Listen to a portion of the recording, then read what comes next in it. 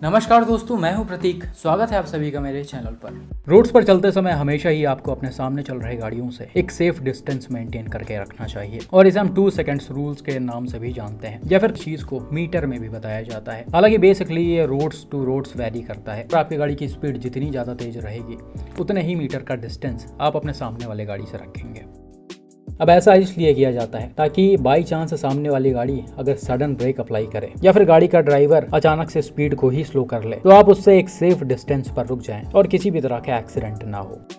लेकिन भाई unfortunately Indian roads पर चलने वाले ज्यादातर ड्राइवर्स ऐसे हैं जो इस रूल को बिल्कुल ही नजरअंदाज कर देते हैं और आपने ध्यान दिया होगा वो हमेशा ही एक दूसरे गाड़ियों से चिपक कर चलते हैं, जिसके कॉन्सिक्वेंसेस कभी कभी काफी खतरनाक हो जाते हैं। ये वीडियो देखिए जिसे रिसेंटली कर्नाटका से मिस्टर सैयद ने शेयर किया है। यहाँ पर भाई अपने कार से कर्नाटका के बेंगलोर में सिटी के अंदर वाले रोड से होते हुए जा रहे होते हैं। गाड़ियों की स्पीड यहाँ पर बहुत ज्यादा नहीं है क्योंकि सामने की तरफ काफी ट्रैफिक है। अब होता क्या है, थोड़ी दूर चलने के बाद सामने वाली गाड़ियां किसी वजह से सडन ब्रेक अप्लाई कर देती हैं और डैशकैम कार के ड्राइवर भी इस महिंद्रा XUV 500 के पीछे ही जाकर ठीक ठाक डिस्टेंस पर रुक जाते हैं। लेकिन अनफॉर्चुनेटली पीछे से आ रहे इस ऑल्टो 800 वाले भाई डैशकैम वाले कार से थोड़ा सा चिपक कर चलते हैं और शायद ये पूरी तरह से रोड पर ध्यान भी नहीं देते, जिस वजह से ये टाइमली गाड़ी को कंट्रोल नहीं कर पाते और सीधा आकर डैशकैम कार के बैक साइड में लड़ जाते हैं। हालांकि भाई गाड़ियों की स्पीड यहाँ पर कोई बहुत ज्यादा तेज नहीं होती है और टक्कर भी नॉर्मल सा ही हुआ है, लेकिन फिर भी ऑल्टो के फ्रंट में ठीक ठाक नुकसान आ गया था। अब भाई जैसा कि मैंने अभी स्टार्टिंग में आपको बताया था कि ये वाला जो रूल है वो रोड्स टू रोड्स वेरी करता है। आप कौन से रोड पर चल रहे हैं उसी हिसाब से आपको अपने सामने चल रहे गाड़ियों से इतने मीटर का डिस्टेंस मेंटेन करके रखना होगा। लेकिन वो चीज सिटी के अंदर वाले रोड्स पर अप्लाई नहीं होती है क्योंकि यहाँ पर ये बिल्कुल भी पॉसिबल नहीं है। लेकिन फिर भी ऐसा नहीं है कि आप एक दूसरे गाड़ियों से एकदम से चिपक कर चलेंगे। इस तरह के ट्रैफिक में, इस तरह के सिचुएशन में आप अपने दिमाग से काम लीजिए और जितना हो सके अपने सामने चल रहे गाड़ियों से एक सेफ डिस्टेंस मेंटेन करके रखिए। पूरी तरह से आपका फोकस भी सामने की तरफ होना चाहिए क्योंकि ट्रैफिक में कब अचानक से ब्रेक लग जाता है किसी को पता नहीं होता। आप अगर एक सेकंड के लिए भी डिस्ट्रैक्ट होते हैं तो आप आराम से दूसरे गाड़ियों में ठोक देंगे, जैसा कि यहाँ पर भाई के साथ हुआ है।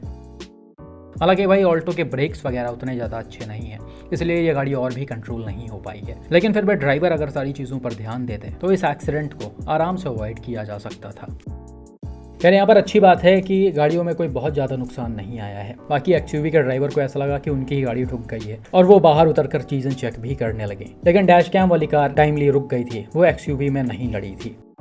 यार भाई सिटी के अंदर वाली रोड्स तो छोड़ दीजिए, जहाँ पर लोगों को रूल फॉलो करना होता है यानी हाईवेज या फिर एक्सप्रेसवेज पर, वहाँ पर भी लोग इन चीजों पर ध्यान नहीं देते हैं। और उसका सबसे बड़ा एग्जांपल ये वाला एक्सीडेंट है जिसे कुछ दिनों पहले रेडिट पर शेयर किया गया था।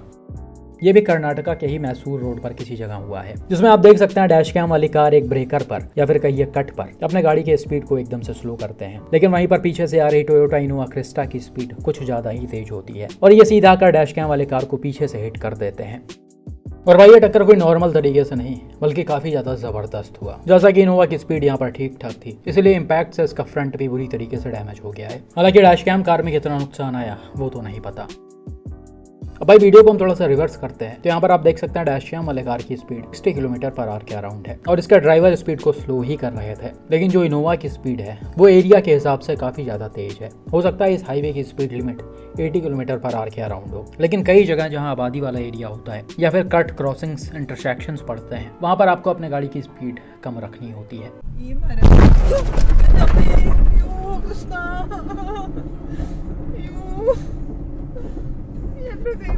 ഭഗവാനെ എന്റെ കൃഷ്ണ അയ്യോ അയ്യോ എന്റെ ഈശ്വര അയ്യോ ദൈവമേ।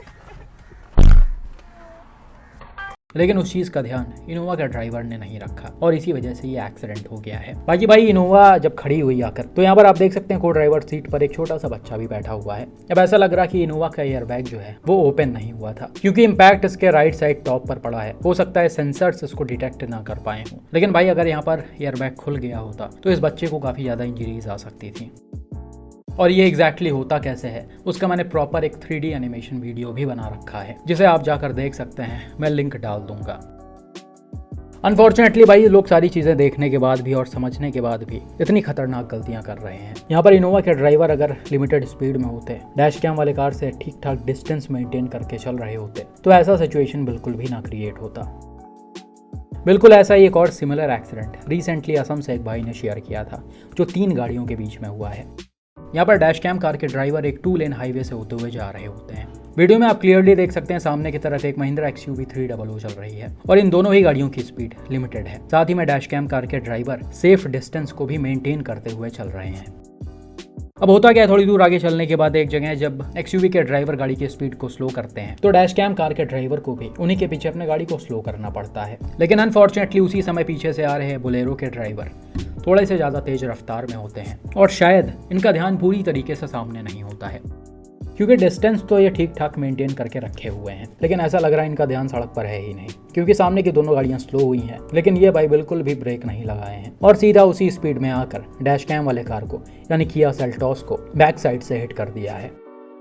और भाई ये टक्कर भी काफी ज्यादा जबरदस्त हुआ, जिसमें गाड़ियों में ठीक ठाक डैमेज आ गया। बोलेरो ने सीधा आकर सेल्टॉस को हिट किया है और सेल्टॉस ने आगे वाले XUV 300 को हिट किया है। हालांकि इसके ड्राइवर ने कोलिजन को अवॉइड करने की पूरी कोशिश की और ये काफी हद तक सफल भी हो गए। गाड़ी अगर सीधा सीधा XUV के बैक साइड में लड़ती तो दोनों ही गाड़ियों में ठीक ठाक नुकसान आ गया होता, लेकिन अभी इसका सिर्फ लेफ्ट साइड वाला बम्पर डैमेज हुआ है।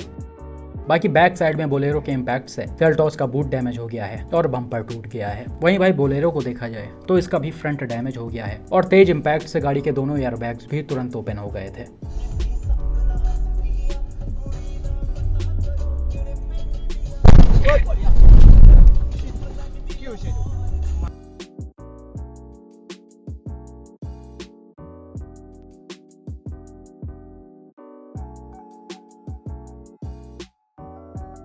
हालांकि भाई बोलेरो के एयरबैग खुलने का तरीका थोड़ा सा अलग ही था। ये अंदर की तरफ कम बाहर की तरफ ज्यादा खुला है और शायद इसके इम्पैक्ट से ही बोलेरो का विंडशील्ड जो है वो एकदम से उखड़ कर बाहर की तरफ गिर गया है।